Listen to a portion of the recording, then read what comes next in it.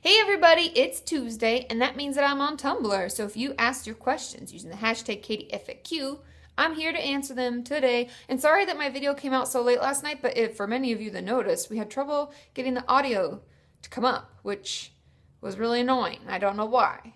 But it was kind of fun to watch myself, honestly. It was like the best, I don't know, game ever, maybe? Trying to read my lips or wish that there was, captions that actually worked. Okay, but anyways, I'm on Tumblr today answering your questions. First question. My therapist says I'm overworking and that I'm obsessed with the idea of success. I know she's right because my body is starting to shut down and it doesn't leave my mind, but it has made my eating and self-harm issues better. I don't know what to do. So I think the gist of this question, she's just saying that her therapist thinks that she's, overworking. She's obsessed with the thoughts of success and idea of success, I guess. But your self-harm and eating disorders are getting, struggles are getting better.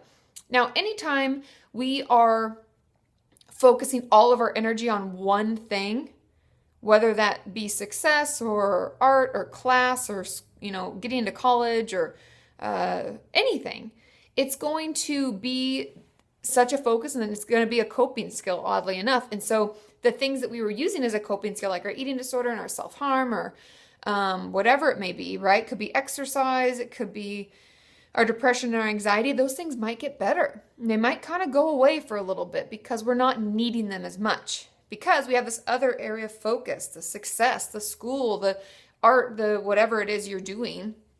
It's taking up most of our brain space. And so therefore we don't really need anything else to cope. So that's most likely what's happening. And the reason that your therapist is probably bringing it up because she's seeing this like black and white thinking kind of thing where it's all focused on this or all focused on that. And so what you really should do, because at the very end you say, I don't know what to do, I would talk to your therapist about it and tell her that you notice that your eating disorder urges and your self-harm urges are getting better, but you realize that you're using this idea of success as kind of another coping skill. And I would just tell her that you really want to figure out other healthy coping skills as well as work on the root of the problem, like thinking about when your eating disorder or self-harm started and what's the real reason, okay? I know it's hard work, but I promise it's worth it and it's the best way for us to move past it and not need any of those unhealthy coping skills. Question number 2. How is recovering from self-harm different from recovering from an eating disorder? I was wondering because I watch a lot of your videos, but I only self-harm and I don't have an eating disorder. I mean, you're asking how they're different, but the easiest way for me to talk about it is how they're the same. And like I was saying in my question before, they're both coping skills. So we're going to use our self-harm, we're going to use our eating disorder as a way to cope with something. What that thing is can differ widely. You can have the same issue and be dealing with it with self-harm and someone else will be dealing with an eating disorder. They're not mutually exclusive. And I think that's why I don't really differentiate them as much. Honestly, a lot of my clients have both and some have one or the other, but I find that they're very similar. I mean, if any of you want to share your comments below about how you think they're different, I mean, everyone is different. And every reason that you do something, someone's reason for self-harming is going to be different from someone else's reason for self-harming. However, I feel that eating disorders and self-harm kind of derive from the same place. It's usually something has happened or we're feeling really overwhelmed. We don't have any other way to cope. And so we use that as a way to cope with whatever it may be. And yeah, that's honestly the reason that I don't think I differentiate them because I think of them very similarly. Great question. I've never even talked about that. So thanks for asking. Question number 3. Katie, I understand that I have to talk back to my negative self-harm voice, and I try to do that as much as I can. Good. But what if I believe the negative voice more than I believe the positive, healthy one? What if I see the positive voice as the actual liar? Thanks. I get this question a lot. And unfortunately, sometimes we have to fake it till we make it. And I know a lot of you are like, Katie, I hate that term, and I don't want to, and I wish I believed it. But trust me. The reason that we think the healthy voice is a liar is because we've been listening to that negative one for a lot longer. And so once we start chirping back and not just listening and taking what the negative voice says at face value and actually being like, hey, no, I did this. Even if you don't believe it right away, I promise you, you will begin to feel the shift and you'll begin to actually think positively without having to force yourself to talk back. and you'll be like, hey, yeah, I'm not so bad after all. And it will slowly change your perception of yourself. I promise. I would never tell you to do something that I haven't seen work, over 90% of the time. And this is like 100% of the time. So just be patient with it. Keep doing it. I'm glad that you're doing it. I know it's hard, but it will pay off in the end. I promise. Okay. Question number 4. How does someone deal with relapse? I recently relapsed after being 6 months free or 6 months clean from cutting. I can't seem to get back on track of recovery. I just can't deal with the relapse anymore. Please help. Relapse is hard.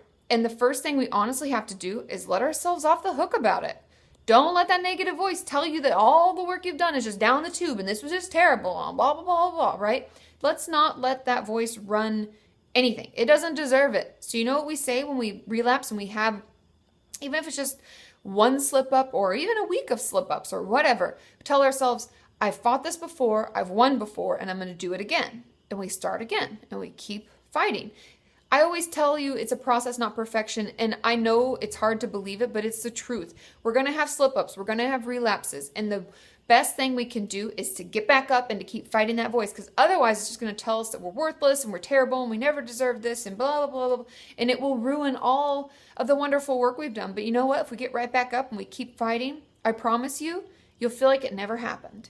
You just snap out of it and we keep fighting back. So that's my best advice for that, is to honestly keep talking back. And like I said before in the question before, even if you don't believe it at first, keep telling yourself it, because trust me, it's true. You're all wonderful and amazing. You're working really hard, and no one deserves it more than you.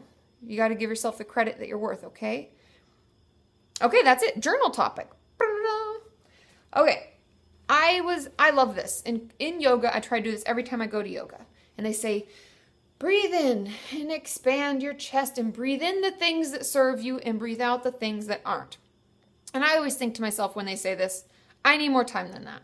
One breath is not enough to breathe everything in, and one breath out is not enough to breathe everything out. But I would like all of you to spend today thinking of one thing that's not serving you now. And I don't mean I want this to be something that's been tripping you up, whether it's a friend, whether it's something that you've been doing or somewhere you've been going and it's just not quite working out, or whatever it is. I want you to think about it.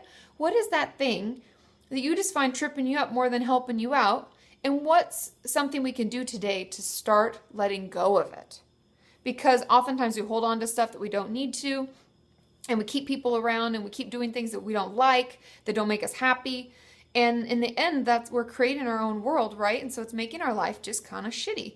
So I would encourage you to think of one thing that's not serving you now. It's not giving you positive, supportive feelings, whether it's a inanimate object or a person, and let's find a way to get rid of it.